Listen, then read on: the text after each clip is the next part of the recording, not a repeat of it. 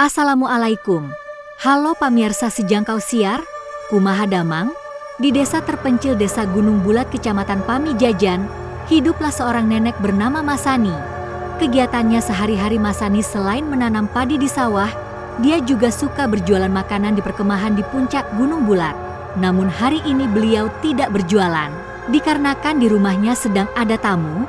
Mereka adalah pendaki gunung cantik yang Masani kenal di perkemahan puncak Gunung Bulat sewaktu berjualan. Mereka di antaranya ada Syifa, Naya, Zahra, Lola dan Feli.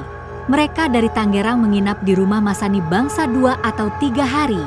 Namun mereka sangat betah di rumah Masani. Jadi mereka putuskan menginap 1 minggu di rumah Masani. Pada sore hari yang indah, Masani dan kelima pendaki gunung cantik sedang duduk santai sambil bersenda gurau di depan teras rumah Masani yang dikelilingi pematang sawah dan pemandangan gunung yang indah. Tiba-tiba mereka mendengar teriakan histeris dan tangisan wanita dari rumah tetangga Masani yang jaraknya tidak terlalu jauh dari rumah Masani. Bergegas Masani dan kelima pendaki gunung cantik berlari menuju suara teriakan itu berasal. Setibanya di rumah tetangga Masani, ternyata di sana ada Pak Ustadz juga yang baru datang. Masani menanyakan kepada Pak Ustadz apa yang terjadi dengan tetangganya. Pak Ustadz pun tidak tahu, karena Pak Ustadz pun baru saja tiba. Pak Ustadz pun ke rumah tersebut karena mendengar teriakan wanita dari dalam rumah itu. Segera Pak Ustadz, Masani dan kelima pendaki gunung cantik masuk ke rumah tersebut dan tidak lupa mengucapkan salam. Dan mereka dihampiri bapak-bapak penghuni rumah tersebut dan menceritakan apa yang sedang terjadi. Istri si bapak tersebut sudah tidak sadarkan diri sejak 2 hari yang lalu, semenjak dia pulang dari puncak Gunung Bulat untuk berekreasi. Namun kata temannya dia pingsan setelah melewati rumah mewah yang berada dekat gerbang pintu masuk ke Gunung Bulat. Dari saat itu sampai sekarang istrinya tidak sadarkan diri, tapi tadi istrinya seolah-olah sadar, namun berbicara seolah bukan dirinya. Seperti kerasukan makhluk halus, dan berkata, jiwa perempuan ini akan saya ambil dan jadi budakku selamanya. Pak Ustadz pun segera memeriksa istri si bapak tersebut, dan memegang kepala istri si bapak, dan berkonsentrasi sambil mengeluarkan cakra dari tangan Pak Ustadz. Dan Pak Ustadz pun tahu, kenapa tetangganya tersebut tidak sadarkan diri. Dan Pak Ustadz berbicara pada suaminya bahwasanya istrinya telah jadi korban pesugihan dari rumah mewah yang ada di dekat gerbang puncak Gunung Bulat. Dan si bapak itu pun meminta tolong Pak Ustadz sambil menangis untuk menyelamatkan jiwa istrinya yang dibawa ke alam gaib oleh makhluk yang tidak tahu apa. Pak Ustadz pun dengan sukarela akan membantu sekuat tenaga dan sebisanya. Pak Ustadz pun segera akan menyusul istri si bapak tersebut ke alam gaib dan menyelamatkannya. Syifa dan Naya tidak tinggal diam. Mereka berinisiatif untuk ikut Pak Ustadz ke alam gaib. Pak Ustadz pun membolehkannya, karena Pak Ustadz sudah tahu kapasitas dan kemampuan Syifa dan Naya pendaki gunung cantik. Karena Pak Ustadz sudah pernah duet dengan mereka, bertempur dengan Genderuwo, Buto Ijo dan Wewe Gombel untuk menyelamatkan Ihsan anak Mang Doleh yang diculik Wewe Gombel waktu itu. Mereka bertiga, Pak Ustadz, Syifa dan Naya segera berdoa, mengeluarkan cakra dari seluruh tubuhnya, dan mereka pun mengeluarkan ilmu raga sukma atau rogo sukmo. Jiwa mereka pun keluar dari raga mereka, dan segera masuk ke alam gaib.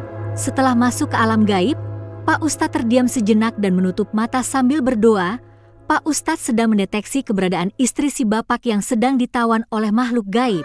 Tidak lama Pak Ustadz membuka mata dan sudah tahu di mana istri si bapak itu berada. Bergegas Pak Ustadz, Syifa dan Naya berlari.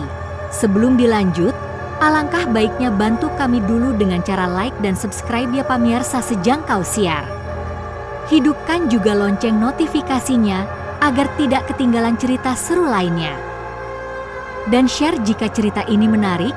Tidak lupa kritik dan saran kita tunggu di kolom komentar ya. Terima kasih. Sebelum sampai ke tujuan, mereka pun mendengar teriakan seorang wanita seperti sedang disiksa. Mereka pun mempercepat larinya, saking cepatnya seperti lari di atas angin. Mereka pun hampir sampai. Namun alangkah terkejutnya mereka diserang dari jauh dengan bola cahaya merah dan meledak di depan mereka. Untuk saja mereka bisa menghindarinya. Seketika muncullah sesosok siluman kera, mereka ada 10 ekor. Mereka ditugaskan menghadang Pak Ustadz, Syifa dan Naya sebelum sampai ke tujuan. Mereka, 10 siluman kera tersebut pun mulai menyerang. Mau tidak mau Pak Ustadz, Syifa dan Naya harus melawan mereka dahulu untuk melangkah lebih jauh ke tempat korban pesugihan itu berada. Mereka bertiga berdoa dan mengeluarkan cakra dari tubuh mereka dan berlari melawan 10 siluman kera yang menyerang mereka. Alhamdulillah tidak butuh waktu lama. 10 siluman kera itu dikalahkan oleh Pak Ustadz, Syifa dan Naya. Mereka pun kembali melanjutkan perjalanannya ke tempat jiwa wanita tetangga Masani yang diculik dan jadikan budak oleh bangsa jin atau siluman. Mereka bertiga kembali berlari, karena suara teriakan wanita meminta tolong sudah sangat dekat dan semakin jelas terdengar. Tidak lama mereka pun sampai. Di hadapan mereka berdiri istana siluman atau jin yang sangat megah. Tidak ada waktu untuk kagum, mereka pun langsung menerobos masuk ke istana tersebut. Namun Pak Ustadz tidak merasakan keberadaan jiwa wanita yang diculik itu. Pak Ustadz menghentikan langkahnya. Begitu juga Syifa dan Naya. Syifa dan Naya lantas bertanya kepada Pak Ustadz, mengapa berhenti secara mendadak?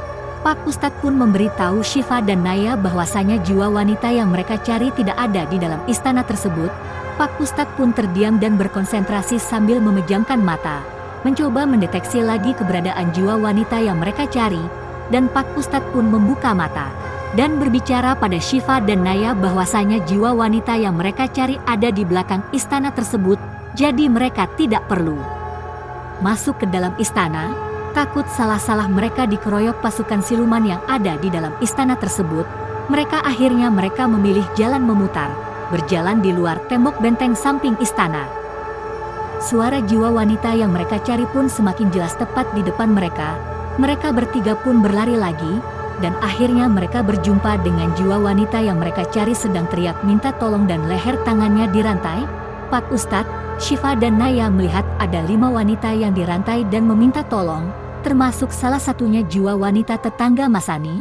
Juga mereka melihat 2 sosok jin atau siluman berbadan besar berjubah hitam yang menjaga dan menyiksa jiwa-jiwa yang diculik jadi tumbal pesugihan.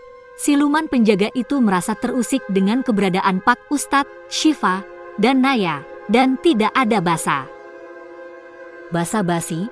Kedua siluman atau jin itu langsung menyerang Pak Ustadz, Syifa dan Naya. Mereka pun segera berdoa dan mengeluarkan cakra dan melawan 2 siluman penjaga tersebut. Pertarungan sengit tidak terelakkan, mereka sama-sama kuat.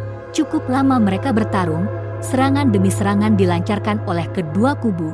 Akhirnya kubu 2 siluman itu terdesak dan kewalahan melawan kesaktian Pak Ustadz, Syifa dan Naya. Mereka pun kabur mengaku kalah.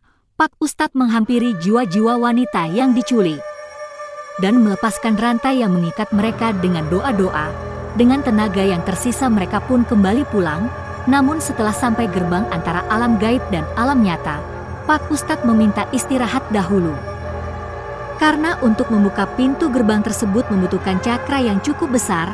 Namun Syifa dan Naya meminta ke Pak Ustadz untuk mengizinkan mereka mencoba membuka pintu gerbang tersebut dengan cara menggabungkan cakra Syifa dan Naya.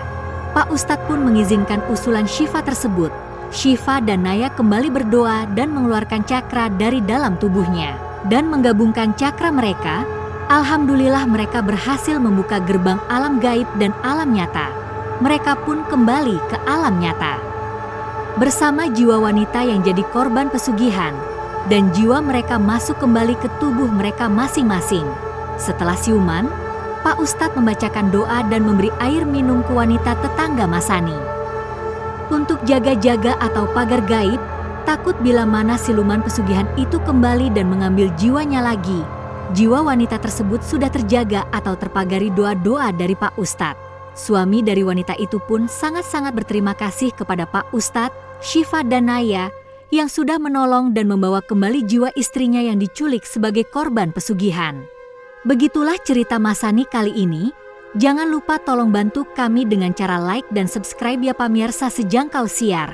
Hidupkan juga lonceng notifikasinya agar tidak ketinggalan cerita seru lainnya, dan share jika cerita ini